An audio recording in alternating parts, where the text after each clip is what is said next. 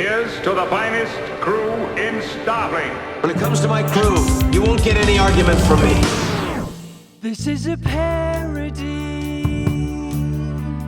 Paramount owns the song. Welcome to The Greatest Generation. It's a Star Trek podcast by a couple of guys who are just a little bit embarrassed about having a Star Trek podcast. I'm Ben Harrison. I'm Adam Pranica.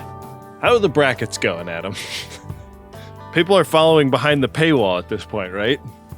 At first, it's like anything else. It is like literally anything else. The beginning, it's so exciting. Mm-hmm. You think everyone's going to like your big idea. Yeah. And then it becomes a disappointment to most people involved. No, I don't mean that at all. No. I just mean every time we break format or try something new, it always comes freighted with a little bit of I hope people get it. Yeah. I hope people are game. I hope we didn't ruin the show with some bullshit. I think that's sort of what I'm thinking about when we do our circle back around to the beginning of Next Generation is Sure. I want to make changes. I want to have it feel like a fresh new show, but I don't want to ruin the thing that people have come to love over the years. That's such a thing. I think we've really been lucky. Not lucky, because the Friends of DeSoto are awesome, but we change the music every time we change series on this show. And I've seen other podcasts change their theme song and just get flamed to death about it and have to go back to their old theme song or whatever. Yeah. And a website you go to changes their, does a design update and people have a fucking meltdown about it, or there's a new icon for the thing and people hate it. People don't like it when they're, I'm just going to use the word recipes. People don't like their recipes changed. Yeah. But I think that we have a uniquely chill audience about that. Oh, you think? Who are you interacting with? These streets are rough, man. I'm just saying, when we change the music on our show, people tend to think it's really good, And yeah, that's true. And I don't. We haven't even talked about if we're going to change the music on our TNG rewatch, but yeah, we kind of don't have a lot of time to make a lot of these pretty big decisions. we should have been thinking about this months ago. This is something that we've been talking about a lot lately. Is why do we never anticipate future events that we know are coming? We just had our beginning of the year kickoff meeting as an Uxbridge Shimoda, company in February. That's how it goes around here. It's madness. Yeah. Yeah. Well, we muddle through. I think that the brackets are a ton of fun. And I think the Friends of DeSoto en masse are really enjoying it. Thanks, dude. The last thing I want to do is make work for anyone else, and it has made work for everyone else involved in what we do. So, I mean, poor Rob, but also that's his job. Do your job, Rob. He's great. We couldn't do it without him. You think I know how to make a bracket? No. I'm printing that shit out when I'm sports gambling. And for those who don't know, if you are a monthly supporter, you can be listening weekly as these competitions go down, find out where the bracket is at. I guess probably greatesttrek.com will have a link out to so people can see the bracket online as it goes at this point. If you're an FOD, you're going to know about it. You're going to want to keep your own personal bracket. Mm-hmm. I have a feeling FODs are going to want to gamble amongst themselves. That's a good call. Yeah. See? The side bets, the office pool. Yeah. If your office is I don't know, people that make Starship models or something. I should say, and maybe I'll want to edit this out by the time it happens. I don't always go to Vegas for March Madness, but I am going this year. So if you're an FOD that's going to be out there in the middle of March, keep your eyes open. Maybe you'll see a co-host of The Greatest Generation out there. I always seem to run into someone on the first day of March Madness. Really? Yeah, an FOD, I mean. I don't, but that's because my March tradition is just rereading Middlemarch. God, I wish I could do anything with that. Ben, I'm not well read. Context clues would indicate that that's a book of some kind. That's all I got. Oh, yeah. A lovingly dog-eared book, in my case. Lots of little marginal notes by yours truly. Do you want to get into the stonerist episode of Star Trek Enterprise, Adam? More than anything, I want to get out of the subject we were just in. Well, let's exercise those demons, Adam. It's season 4, episode 20, Demons. Got free speech and guitar. When you start your episode with a Peter Weller, Your move, creep. and the guy from the scariest scene in Mulholland Drive, I am locked in, baby. These are two of the most intense actors in the game, I think. They really are. And like Patrick Fischler is the character actor. Yeah. I keep waiting for him to try to get Peter Weller to follow him to the dumpster behind the diner. I know. I don't want that. I mean, nobody wants that. No way. The Peter Fischler character, who is named Mercer, but I don't know if they ever actually say that in the episode. They don't, which is why I just named him Mulholland Drive. Well, Mulholland Drive steps to RoboCop and is like, yes. The patient's health status is a bit of a concern right now, and they go in and look down into some kind of. I mean, this looks like the kind of thing that you would wipe the frost away from, like that somebody would be frozen inside of. Except there are holes in it. It looks like a salad bar sneeze guard. Like it's meant for reaching in. I guess so, yeah. She looks so innocent, RoboCop says. She represents something terrible. Yeah, and when you see her pointy ears, it's clear that what she represents is not human.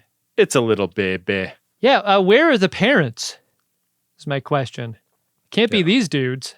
No. 2 dudes in neckties cannot be left alone with a baby. 2 scary character actors and a baby. Like that's... I love that movie. Yeah. Some people say they can see a ghost in one of the scenes. That's our cold open. And after the theme, which is back to normal, thank God.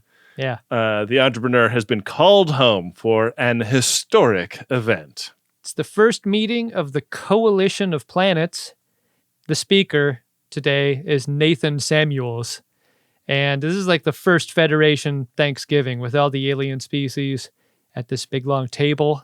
And the Enterprise crew doesn't get to sit at this table. They get to stand on the stairs in the back. They have to stand on the stairs? Everybody's wearing these universal translators, which are real big honkers. Like, I love the idea that eventually these miniaturize into the comm badge in a couple hundred years. But for right now, this is a big piece of gear that you have to wear on your chest. They look like gas station thermometers, like that old style kind. Yeah, and the Enterprise crew are pretty salty about the way Minister Samuels is talking, because it really feels like he's gathering up all the flowers and keeping them for himself and not giving them to Jonathan Archer and the crew that made this all possible. I think this was all his idea.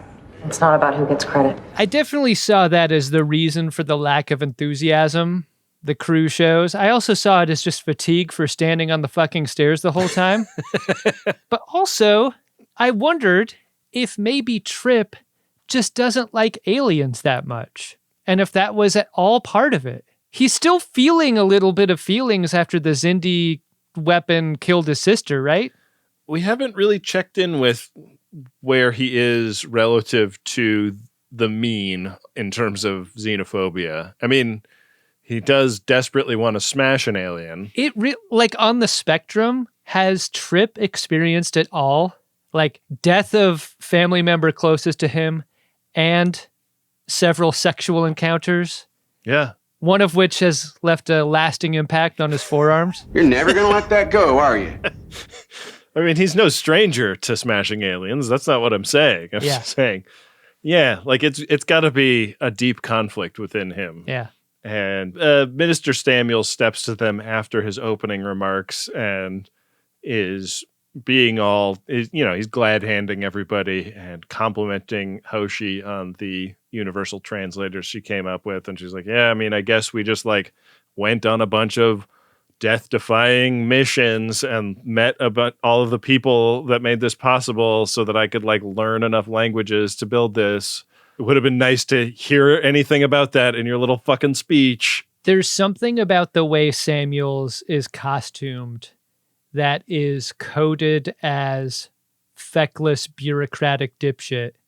Because so often on Star Trek, you'll see like a high collar tunic situation, even if you're human, like the dress garment of a diplomat looks a little different. That this guy just wears a normal ass suit and tie, I think is a message that this guy is no good. He's on the take or something. There's something squirrely about him. Something doesn't smell right with this dude. Yeah. But he's an ambitious politician, and he has set a 6-week timetable for hammering out a charter for this alliance that has not yet gotten a name. Can't do the job without a universal translator, and communication challenges are top of mind for Mayweather, who is not happy to see Gannett, a reporter covering the event. This is someone that he at one time was very close to, and she wants to hang out. And he does that kind of agree to hang out, which actually means, Gannett, he does not want to hang out. Actually. Yeah. I hear you're going to be in the neighborhood a while. At least until the conference is over. We should get together. I'll pretend that was an enthusiastic yes. Why doesn't she pick up what he's putting down? He seems pretty salty with Gannett. Yeah. There's clearly some history there. But she heads off and it's sort of like back to work. And this lady with like a big coat on hobbles through, like something that looks like they would have taken at a coat check. Not really something you wear indoors, this coat. Yeah. She hobbles through, and we cut over to T'Pol and Archer, where T'Pol's like, I mean, like, this is bullshit. Like, this fucking Samuels guy is standing in the spotlight. That should be you, man. She's kind of talking to him the way Prime Archer talked to Mirror Universe Archer in the previous episode. I know. Hey, I got no respect. Oh, God. I promise I didn't write any more Jonathan Dangerfield jokes. Yeah, how many more do you have chamber? You just emptied the chamber on the last episode. The elementary school I went to, the teacher asked me to prove a theory of gravity, and a kid dropped her out the window. Delightful. That's just an actual Dangerfield joke. So this lady interrupts Archer and T'Pol, and she passes them a vial with some hair in it. What is it with Star Trek and hair vials, by the way? Give me another example. Wasn't there a hair vial in that big arc in Voyager where they were going through and like editing the timeline? I think you're thinking of the movie Slackers and the hair doll in Slackers. Is this a hair doll? I didn't make that! It fell out of your hair that way, and I want it back! No, it was the dad from that 70s show had like a triangle full of hair. That's right. I do remember that. Yeah.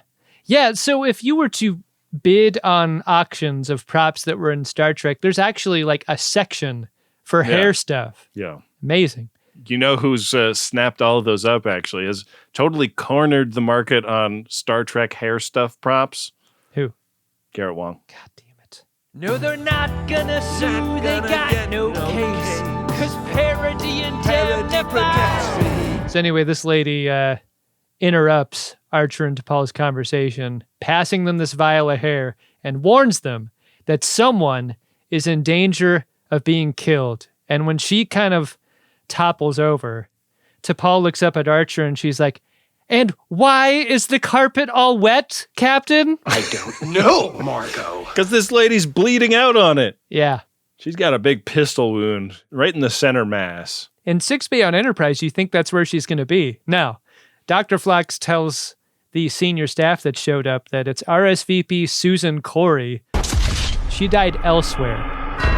She's the lady with the phaser to the belly. It doesn't seem like you would need to take somebody to a starship when you're on Earth. Like, they probably have a better medical facility, like, right there on the planet. You probably don't want to put her through a beam up situation. Yeah. Anyways, she was a medical technician and had been having some emotional trouble per her, like, HR report that they've been able to pull in her absence. And Phlox has also gone ahead and analyzed this hair, and he says that this is a 6-month-old baby's hair, and this baby is not just human, it's also a little bit Vulcan. He produces quite dramatically a manila envelope from behind his back.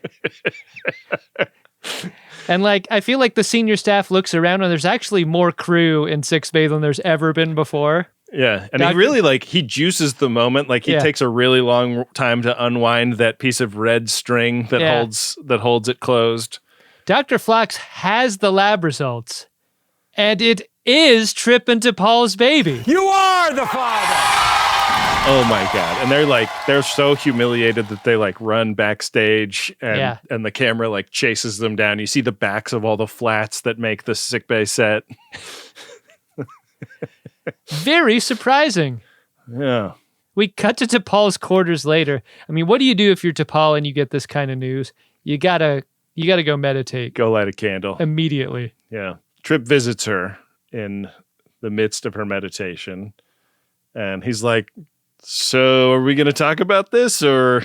I love the tension in this scene because yes, it is a futuristic science fiction space show and you understand babies can be born in all kinds of ways, but like Trip isn't wrong for being suspicious about how this baby was born. Like, if I'm Trip Tucker, I only know one way babies get born, and that's, through the hole.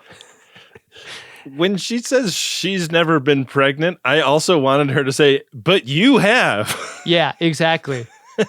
He can barely look her in the eyes, and that's because there's so much suspicion around this conversation. The DNA being wrong is a hell of a take for either of them. Yeah. Either of them because they're both smart, science-based people. That's what makes T'Pol's take even more surprising because she's like, when I looked at that result, I just knew that was true. Yeah. Yeah. Like, she had a gut sense that she knew, and he's like, how can you just know? And she says, because I'm Vulcan. And it's like, what? Where did the logic go? Like, that is, like, just because is never a Vulcan answer to anything. The idea that the conclusion that they're drawing from this conversation is that this baby is both theirs and not theirs. You don't know where to go from here. At least I didn't. Yeah. I'm all the way upside down. Archer meets Samuels for drinks later, and it's clear that Samuels does not want this little secret baby to get out for fear of it ruining the conference he's putting together. I thought when they started talking about, like, I don't want news to get out because I don't want it to ruin the conference, that the news that they were talking about was a woman walked in with a lethal phaser wound and died right after he gave his remarks. But no. Ben, that is exactly what I was thinking. How is no one talking about the lady that died on the carpet? How is that not a scandal? Does that happen? Kind of a lot. There was press in the room with cameras. You know, the news doesn't report suicides so that there are a lot of copycats. Maybe they don't report ladies who die on the carpet for the same reason. Then it's a big, big problem.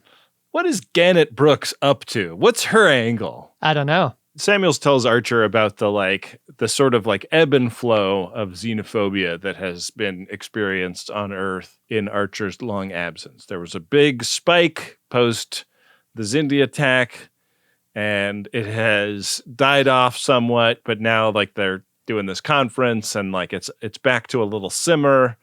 And he's just like, I don't want to like introduce news to the discourse or whatever that is going to, potentially radicalize people and weird people out. I know what the episode's trying to do. It's fairly obvious, the equivalency that they're trying to draw here. But Ben, tens of millions of people on Earth were killed not that long ago by an alien species. And for Samuels to be like, people still have hard feelings about that. You know, the carving of the scar into the planet and the tens of millions of people dead, like that happened in my mind just a few months ago. Why can't they let it go being sort of the energy of this? I thought was pretty inappropriate. It would take some time to get over that, would it not? Maybe I just have a little more faith in humanity than you do. Can't afford to operate on faith. It's also very unclear to me how much of the like insanely high concept backstory of why the Xindi mistakenly attacked Earth has been reported out in the press. Yeah, you know, that would be a great story for Gannett to be working on. Like, did somebody sit down and open their morning paper and read about Xindi attack leveled on Florida was done mistakenly by race being deceived by the bad guys in the temporal Cold War. Now do Jonathan Dangerfield in that voice. You know, I get no respect. I went to the urologist and pulled down my pants. He said it looked like Florida after the Xindi attack. You know, I get no respect. Here's the thing. Archer wants to do something. He doesn't want to just sit back in the cut. He wants to be involved in gathering evidence or investigating what's happened. But he's made to wait for Samuels to give them an update. And that's a very uncomfortable feeling. There's something that just off about this guy. When he turns to leave, I feel like Archer is rubbed the wrong way from this interaction. He talks to Reed, and he's like, man, we got to find out what's going on. Like, this guy is boxing me out of the investigation. I want you to talk to an old friend. And Reed heads down to the misty blue part of San Francisco where the sight lines don't quite work. Yeah. I think we all know which part of San Francisco that is. And he's talking to that guy from Section 31. Things tend to get a little blurry in this district. The Section 31 guy is like, if you're talking to me, you're back in the game, baby. And he does have some interesting information about Susan Khoury. One, it is really amazing that a woman born in the 22nd century would be named Susan, because that just seems like a really old name. Two, she was part of an isolationist movement called Terra Prime and was potentially trying to become the leader of that isolationist movement. Yeah, I wonder why they didn't like her for that job. Yeah. Well, anyways, if you find the kid that hair came from, that will bring everything into focus and you'll have some answers. And I've got faith of the fart. Legally, it's just a fart joke. We cut to a moon base, and RoboCop's little buddy has an answer for what Susan has done. Like, they're talking about, like, she turned away from us, and they're speculating, like, did she get too attached to the baby? Like, she was taking care of this baby. Did she develop, like, maternal instincts toward it? And they're like, no, because, like, you've been with the baby a bunch, and you didn't do that. RoboCop is like, their baby did not latch. Your breast, creep. That's good news for both of you. RoboCop is really going to miss this place, he says wistfully as he looks out the window. The moon just seems like a cool place to work. It does.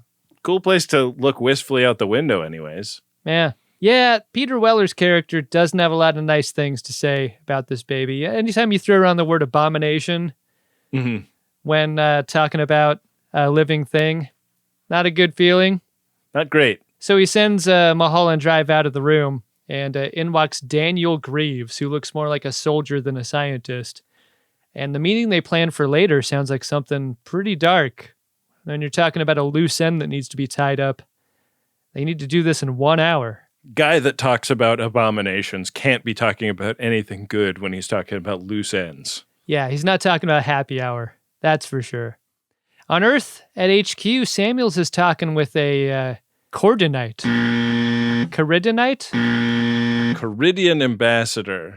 Yeah. Yeah. When Archer just straight up interrupts. This Samuels guy can't have a one-on-one meeting with anyone without getting interrupted. Archer wants to know everything about the investigation into Susan Corey and Terra Prime. Before we get away from this ambassador, this is another just like classic Star Trek move of having a really famous actor buried in loaf so you can't see who it is. Oh, tell me who. This is Tom Bergeron. Tellarites only want to deprive us of valuable commerce. Corridon will never agree to any trade sanctions. You know, I didn't clock him. A little too much shit on his face. Too much fucking shit on me. I can't breathe.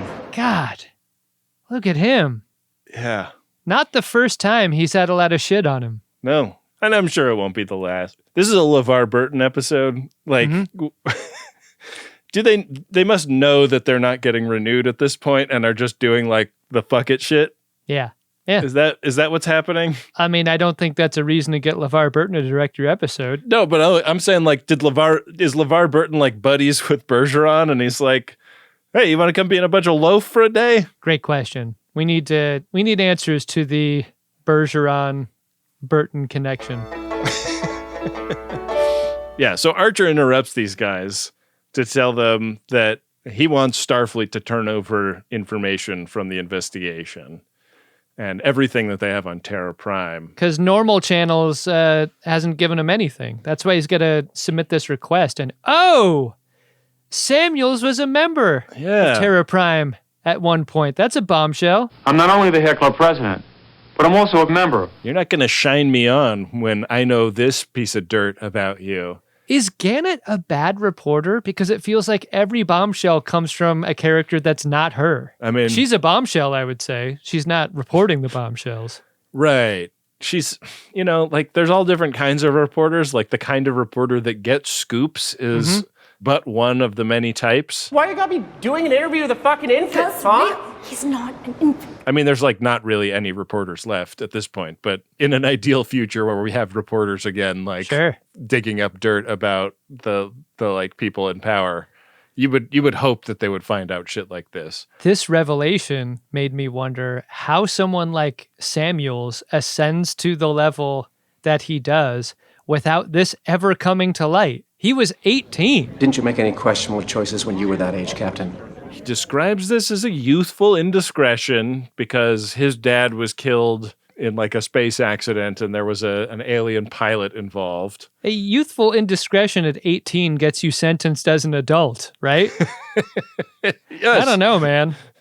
Samuels agrees, though, to give Archer the case file, I guess because this would be such explosive news if it actually broke. I love that in 2 straight scenes, it's concluded with, I'll give you those case files. How about in an hour? Hey, that's when that loose end is supposed to be tied up on the moon.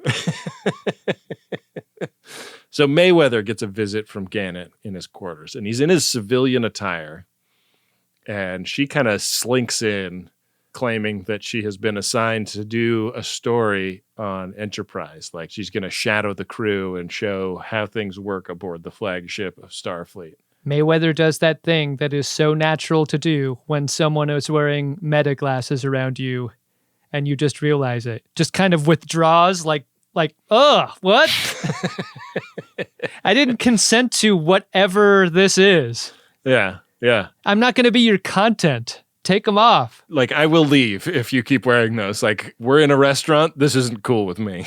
Yeah, there's a real energy to that, for sure. He is pretty annoyed that she's asking for a tour. He's, like, pissed that she has, like, claimed that space exploration is right next door to colonialism. And she's like, no, I just said that to, like, make you not go because I love you so much. And I didn't want what we had together to be broken up by long distance or whatever. This awkwardness between them is played so realistically. I was just very uncomfortable with a lot of scenes where they talk about their previous relationship. I thought this is really well acted. I did too. And, just like last episode, how much we were talking about Linda Park's just like incredible list of capabilities when it comes to acting. Like, this made me realize how much Anthony Montgomery was underused in this show. Like, this guy can do a lot. And I'm not going to go that far, Ben, because Anthony Montgomery was not wearing a cutoff uniform top. Sure. During any of these scenes. Nothing see-through on his birdie to make it that much more revealing and vulnerable of an experience for him. But exactly. He's nearly a Linda Park, you know? Can we say that? Like, he's almost as good? I don't know, man. Let's talk at the end of the episode. Anyways, she just wants to try again, get their relationship back on the tracks and see if it'll go the second time. I think that's part of the awkwardness that feels so real, is like that are we a thing or aren't we a thing tension. And when it's not really up to you whether or not it is like you really feel that in this moment. You do. Over in Six Bay, Dr. Phlox tells Trip that it's a baby girl that you have. And I guess by that I mean you don't have, because they're off somewhere else. And a viable one. Yeah. He believes that she's healthy also, so that's a good thing. And look, I know you're here to try to, like, break HIPAA. You want to know if T'Pol had this baby in a conventional way. Is there any Star Trek podcast that talks about HIPAA as much as we do? Do you think there's a certain accent where an old person breaks in my HIPAA? I went on a safari and I saw a HIPAA. He's there to do like some fact finding. And Dr. Phlox, in that way that only Dr. Phlox does, is cool as hell about this. I feel like they had a very similar conversation when Trip decided to leave the ship because he still had the hots for T'Pol. Right. He does that cool, like, turn the chair backwards and sit in it and, like, gives him the pep talk that's like, look, we're on Star Trek, baby. All kinds of weird shit happens all the time, and I'm telling you, this baby didn't come out of her. I don't know where they got it, but it is yours. She's not lying. It was kind of making me crazy that nobody had talked about time travel being a potential explanation for this. No one's talking about any possible explanations for this. Yeah. What the hell? Legally, it's just a fart joke. You will never take the greatest gin alive. Ben would rather die. What? RoboCop is watching some, like, beloved old videos of fascists of Earth past. And this guy, Colonel Green, was, like, doing a big speech about how they should, I mean, like, the implication is, like, we got to, like, clean up our genetics as a people. And he is talking to Greaves about how that Colonel Green was misunderstood because after World War III, lots and lots of people had been irradiated and their genomes were all fucked up. And if they'd reproduced, humanity would have been plagued with genetic problems for generations. And so it was good, actually, that Colonel Green euthanized swaths and swaths of humanity. I feel like we got a similar storyline in an episode of TOS that we watched, right? With that old actor guy? Kodos made a decision of life and death. Some had to die that others might live. This sounds like a thing that led to the augments and Khan and stuff like that. Yeah. Greaves is like, yeah, man, I'm all about it. Like, you don't need to tell me. Preaching to the choir, baby. This is why Peter Weller never turned off the TV when you walked into the room. I mean, ordinarily when you're watching your racial purity videos, you want to, like, close the laptop or something when someone walks in the room. But no, like, Greaves is down. They're in agreement on what they're there to do on the moon base. And, I mean, what they don't know at this point is how history will view them after their plan is complete. Greaves is just like, hey, man, patient is 5x5. Just thought you should know. All right, I'm out to tie up loose ends. And RoboCop, like, crouches behind his desk and gets this crazy injection tool and injects something into himself, heavily implying that he may be just what he seeks to destroy. The camera, like, racks in on the thing, and it says Nugenics. Like what? Like Frank Thomas walks in the room. You got to shoot this shit into your neck. It's going to make you feel like a young man. Testosterone levels drop as you age. That's why you can't get hard anymore. I wish we knew more about what exactly was happening here because this never happens again this episode. Yeah. It's just the one time. Yeah. By saying that, we're saying we're not sure how much he needs this, like to live, or if this is a recreational drug or what. It really reminded me of that scene in Discovery where Captain Lorca injected something into his eye. It's like, what could that be about? And it takes a while to find out. And like, we don't find out in this episode. So the choice of neck is such a great choice for the squick, right? Yeah. You always got to shoot it in the neck. There's a tour going on the Entrepreneur. Mayweather is leading Gannett around, and he's warmed up a little bit, I would say, by this scene. And he's taking her into the shuttle bay and showing off the shuttles, and he's like, yeah, these are like, we've really been through some shit on these. Like this one, you would not believe how many letters Lieutenant Reed has written just sitting in that shuttle pod right there. And she's like, oh, wow, can I touch it? And he's like, yeah, go ahead. Like any good tour, this one looks like it's going to end at the gift shop. And by gift shop, talking about Mayweather's pants. He's been thinking about her since the conference. This is another scene where I totally got the bends because, like, until she, like, attack kisses him, I'm not seeing this as a possibility. Like, they kind of go back and forth again in that very tension-filled way. Yeah, because he's, like, talking about his love of piloting these shuttles and how that's going away. You know the difference between sexual tension and you screwed up our relationship tension?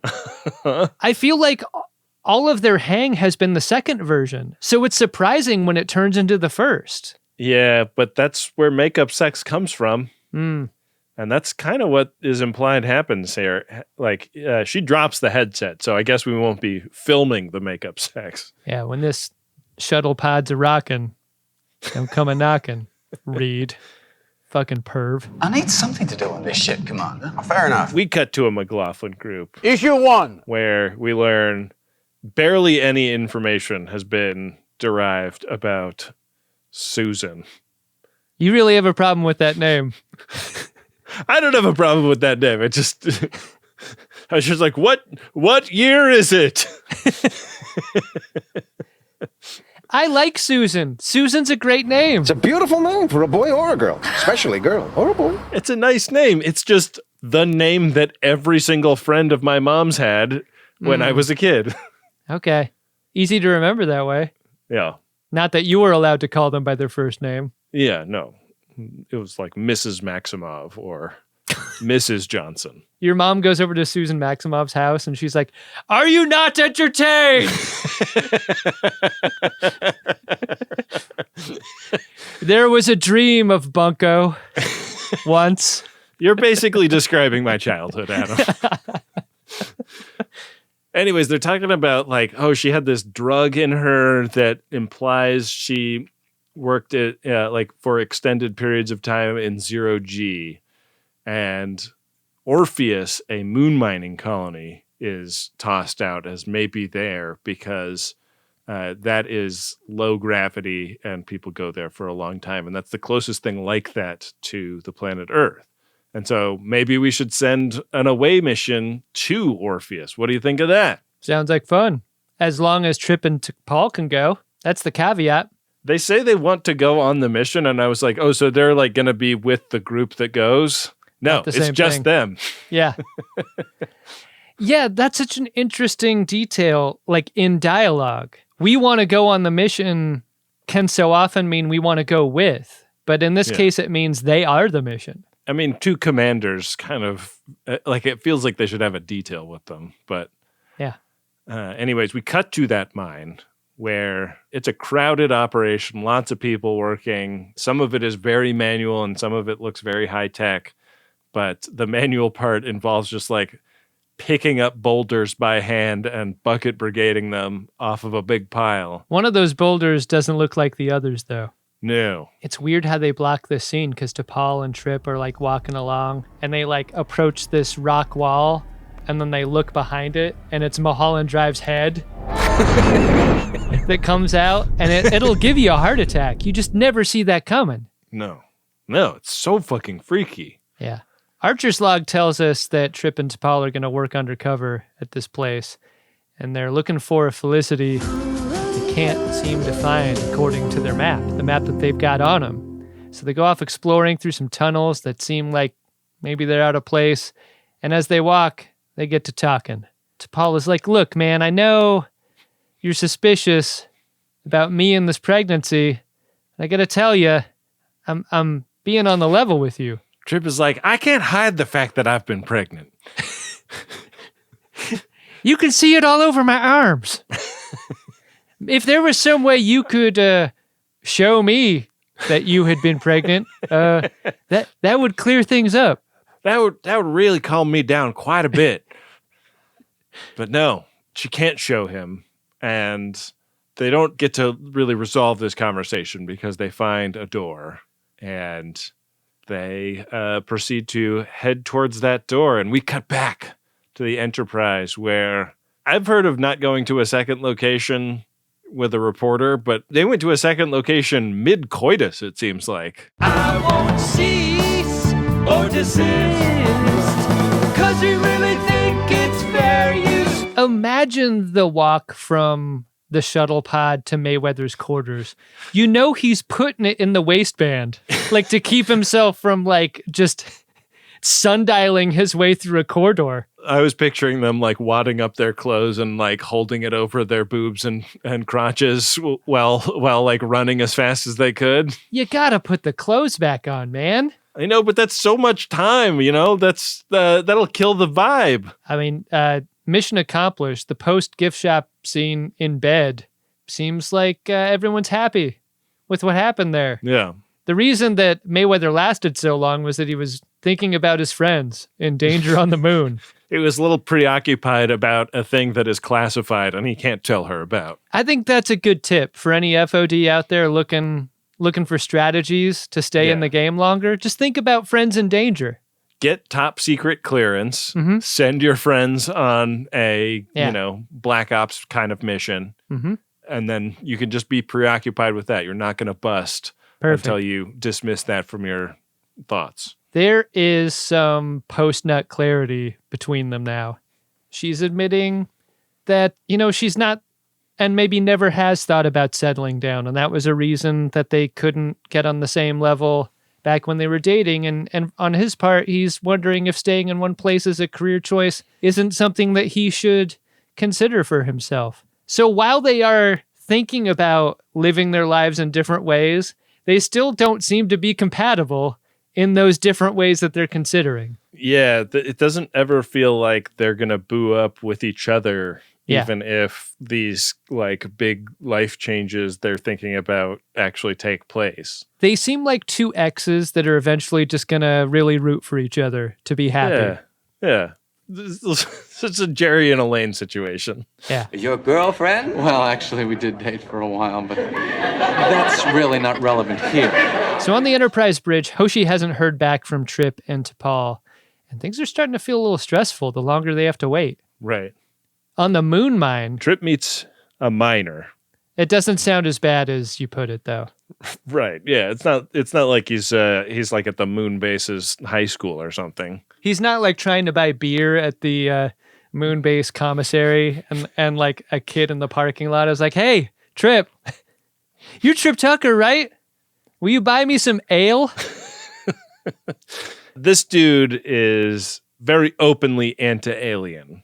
And they're talking like, man, humans are getting to be an endangered species. And now we're talking about an alliance with all these guys. And they make me want to puke my fucking guts out. And now they're here on the moon. Trip very subtly rolls the sleeves down on his arms for fear of looking like he's some sort of alien hybrid. This guy's name is Josiah. And he invites Trip to a big meeting that they're having. And he's like, I think some of the stuff that we're saying in that meeting is going to resonate with you. After Trip gets invited to this meeting, T'Pol rolls up and tells him that the folks in the mine told her that the body they dug up worked in the same facility as Susan Corey. You know, the lady who stained the carpet. Did she say it was the same facility or the same complex, Adam? Oh, you know, I wasn't clear on the dialogue. I think it might have been Felicity. Okay.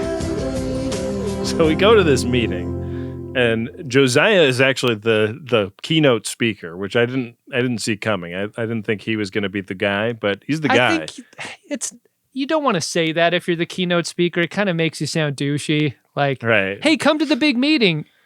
I'm also the president of the club. Yeah, it's like Guy Pearson, Mayor of Easttown. He's like, yeah, you know, they're throwing a book party for my like award-winning novel. I'm so humiliated, but would you like to come with me? Timely reference, Ben. Jesus. That was a great show 2 years ago. Well, we're watching a show from 2002 or something, right, so right. I think it's fair game. Very uncomfortable moment when Josiah's doing the testimony up there, and he's like, guess what? You know how strong our position is? We're not alone in this. We got allies everywhere. For instance, this guy, who we just met. You do know Commander Tucker of the Enterprise? Oh, man. Josiah just straight up doxes him in front of everyone. You didn't tell me you recognize me? One of the most famous people on Earth? Planetary hero, Trip Tucker. I don't think I'll be taking home the Nobel Prize anytime soon. So while everyone's at this meeting, T'Pol sneaks off to investigate the crime scene where Mulholland Drive was killed, and she's shot by Greaves. Yeah, Greaves comes out of the shadows, Mm-hmm. takes her down. Does it feel like T'Pol's kind of been shot a lot this season? Yeah. It's a good thing that stun works every time, you know? It's not like one of those less lethal kinds of munitions. It's like actually non-lethal. And yet, like, it wouldn't surprise me at all if there were a veteran football player amount of traumatic injury taking place that's sort of compounding over the episodes and seasons. Hopefully her Vulcan biology is preventing CTE. But we cut back up to the Entrepreneur where Travis and Gannett are still in his room, and Archer barges in, catching them, and reveals that she is actually affiliated with Terra Prime. This has all been a setup. She's a honeypot. Oh, bother. Empty again.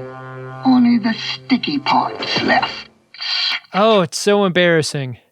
I mean, after you've gotten down, the very last person you want to see at the door of your apartment is the captain and crew, right? Very humiliating moment. Yeah. Bad look for Travis Mayweather.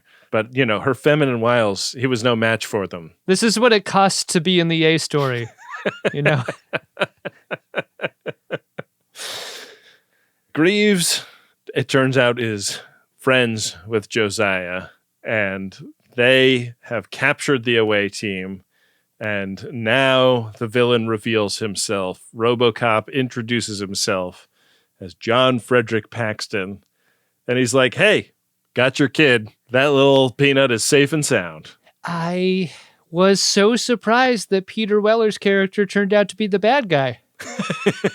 And he proves it with this monologue. Did not see that coming. He's the head of the xenophobes, and, you know, it is like Britain for the British kind of thought that he's having. He is returning the Earth to its rightful owners, the humans. Got free speech and guitars. They're brought to the gazing window where the mining facility is put into launch mode. All of this was a complete shock to me. Like, I thought he was going to gesture broadly to the mine and be like, I've run this place like a Swiss watch. Mm-hmm. The Swiss being the most careful and precise of all human beings. That sort of specific quality is something I'm going to assume is going to have broad appeal on the planet Earth. I'm going to make sure it happens. I actually got my hands on an early draft of the script for this episode, Adam, and there was a line in which he said, "My father built this place, but now it's mine." Pretty great. This mine takes off. It's a ship. Secret ships are so much fun. Why aren't secret ships more of a thing in Star Trek? Why is it only ever Peter Weller in charge of secret ships in Star Trek? Great call. Admiral Marcus, I wasn't expecting you. Yeah, I feel like this guy's going to come back at some point.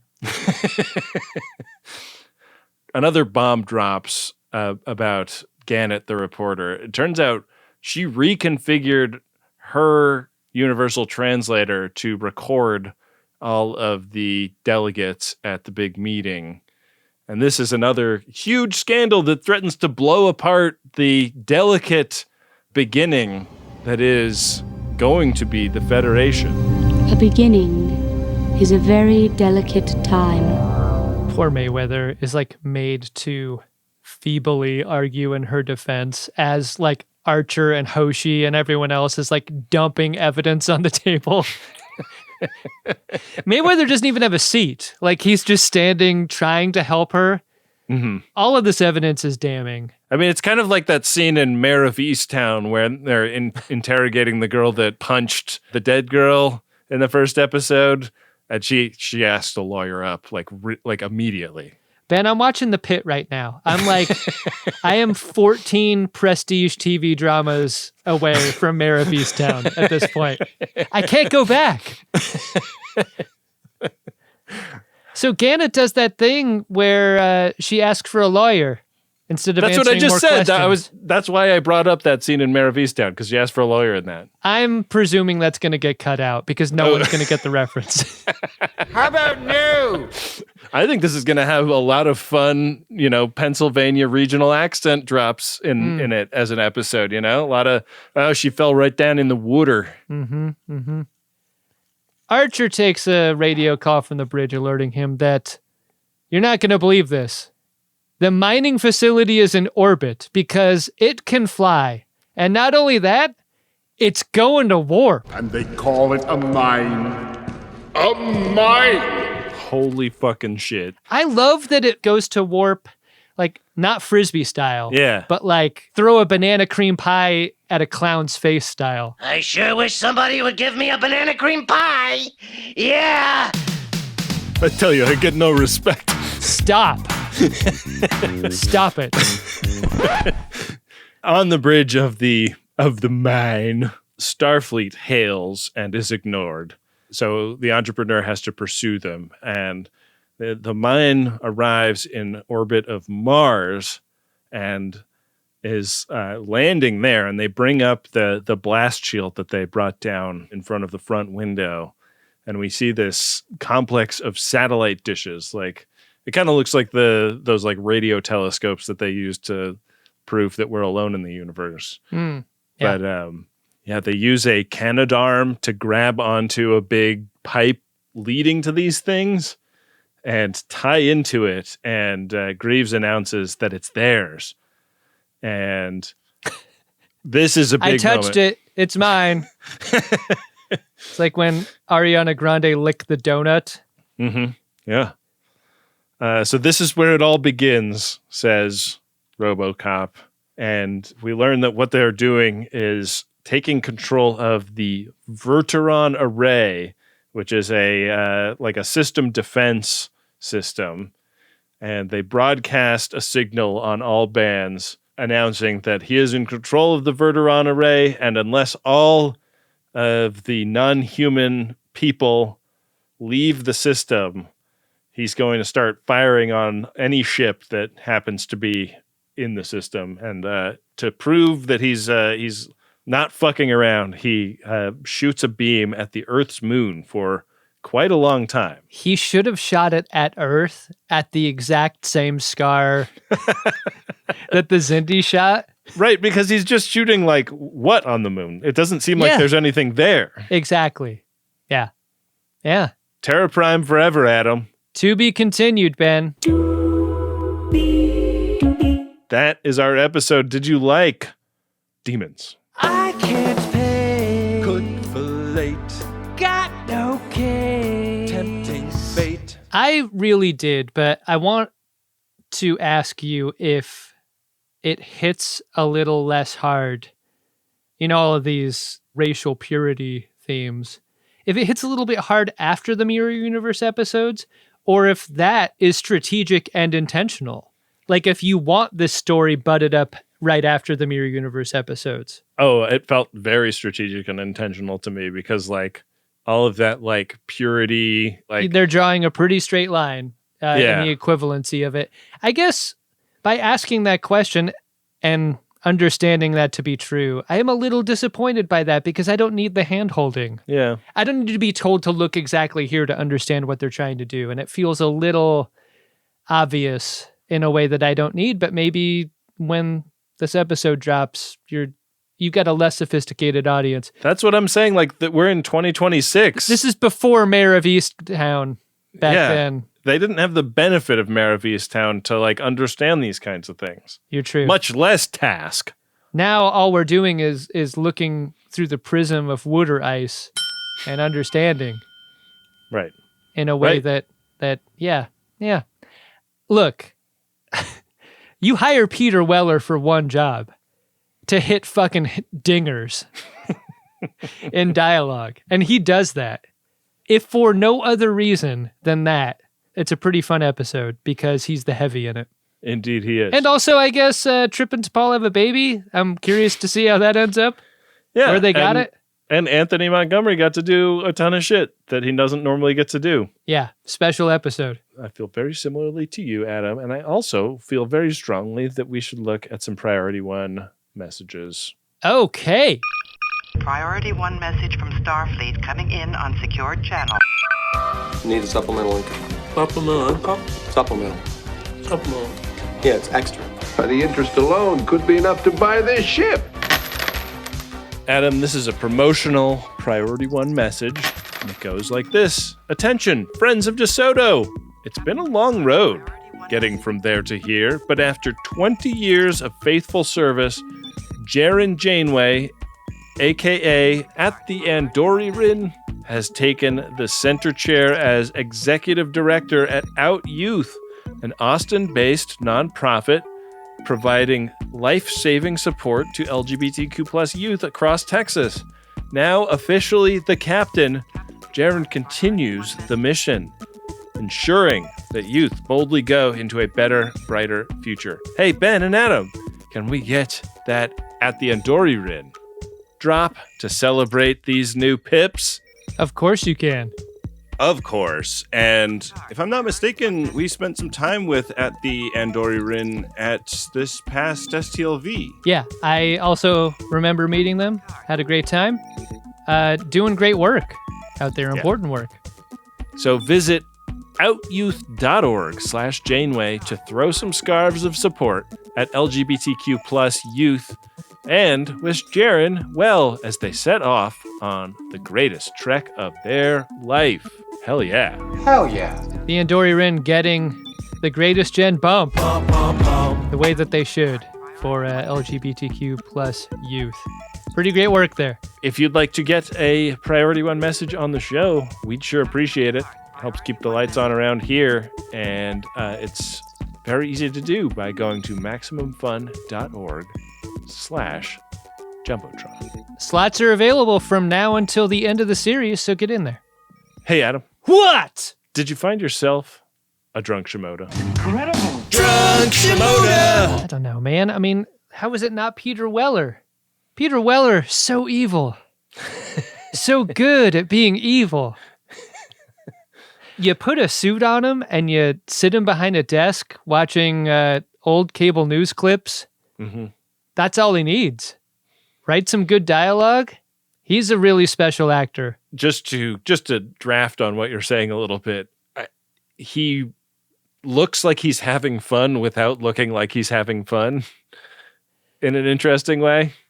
Yeah, we talked a little bit about this quality at the end of the last episode, which is, I think the description was like the Mirror Universe episodes that we just watched for Enterprise were like oddly fun because that version of evil was more palatable and kind of campy in a like 80s horror movie kind of way. But this is a different kind of menace, a Peter Weller kind of menace. And yet, because it's Peter Weller, you're not grossed out by it and the presentation of it. Right. You know, like the themes associated with all this, very unsavory. I'm not for anything his character is for, but I'm just for the way he's acting these things out. Yeah, he's my drunk Shimoda as well, Adam. Hard agree. And we didn't make him the drunk Shimoda because he threatened to shoot our dicks off like that awesome RoboCop clip we talk about all the time. Yeah, which I think it's a lost RoboCop clip at this point. Like Vimeo took it down because Shut up. Yeah, it was using up too much bandwidth in Vimeo because everyone was watching it. Yeah. God. And you can't put something like that on YouTube. Yeah, they don't like that. No. Face of the fart. Adam, the next episode of this show is Star Trek Enterprise Season 4, Episode 21, Terra Prime. A human isolationist leader threatens to destroy Starfleet Command unless all aliens leave Earth immediately. That's pretty fast. That's going to be coming right up. To find out how we will be reviewing this episode, I'm going to roll this 100-sided die over on our game board at gach.biz/game, where we keep the game of buttholes, the will of the Riker quantum leap. You're required to learn as you play. Roll. Here I go.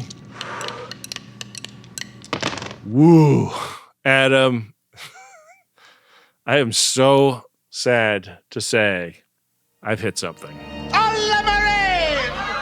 Fucking damn it.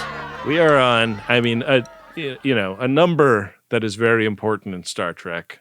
Square 47, the breadstick power hour. I cannot believe that just under the wire, a thing we are definitely taking off, whatever randomization mechanism we apply to the show when we move on to TNG.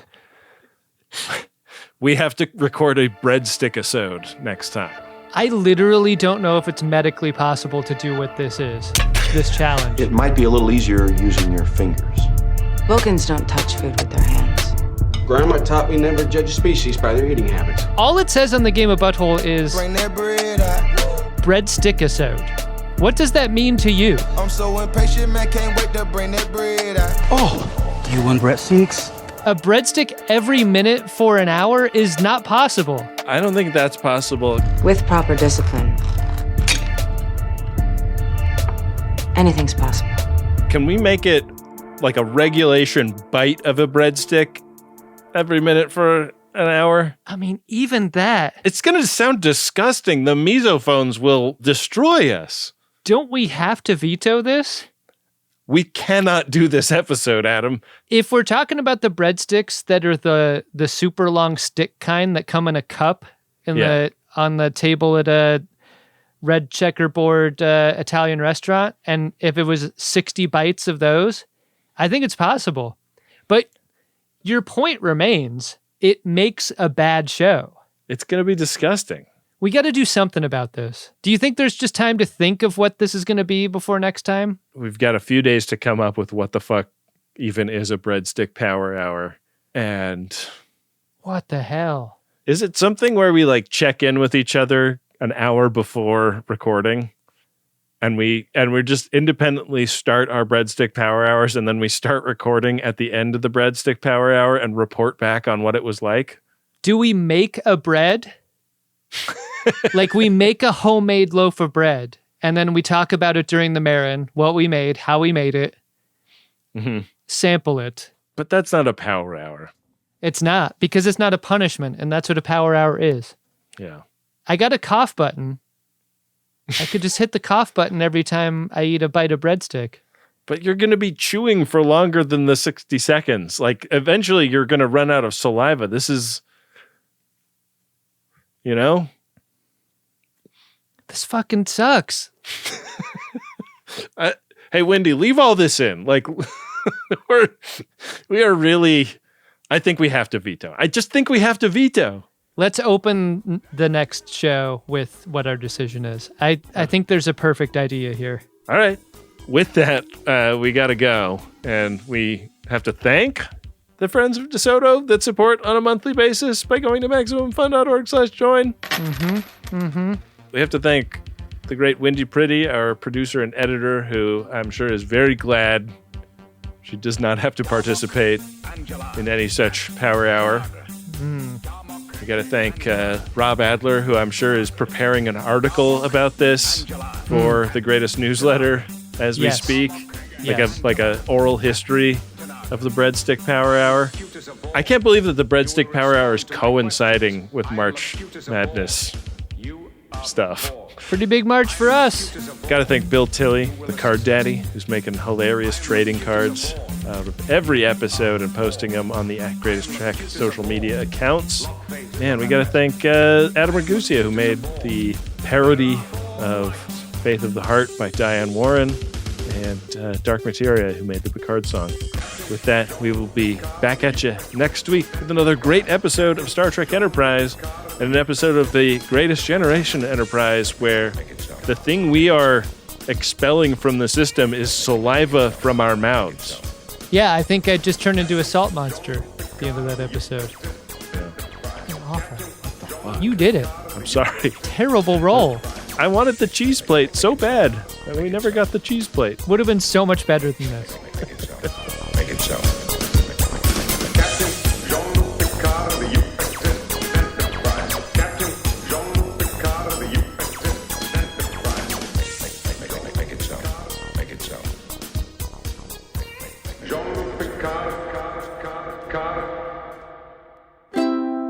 Maximum Fun, a worker-owned network of artist-owned shows supported directly by you.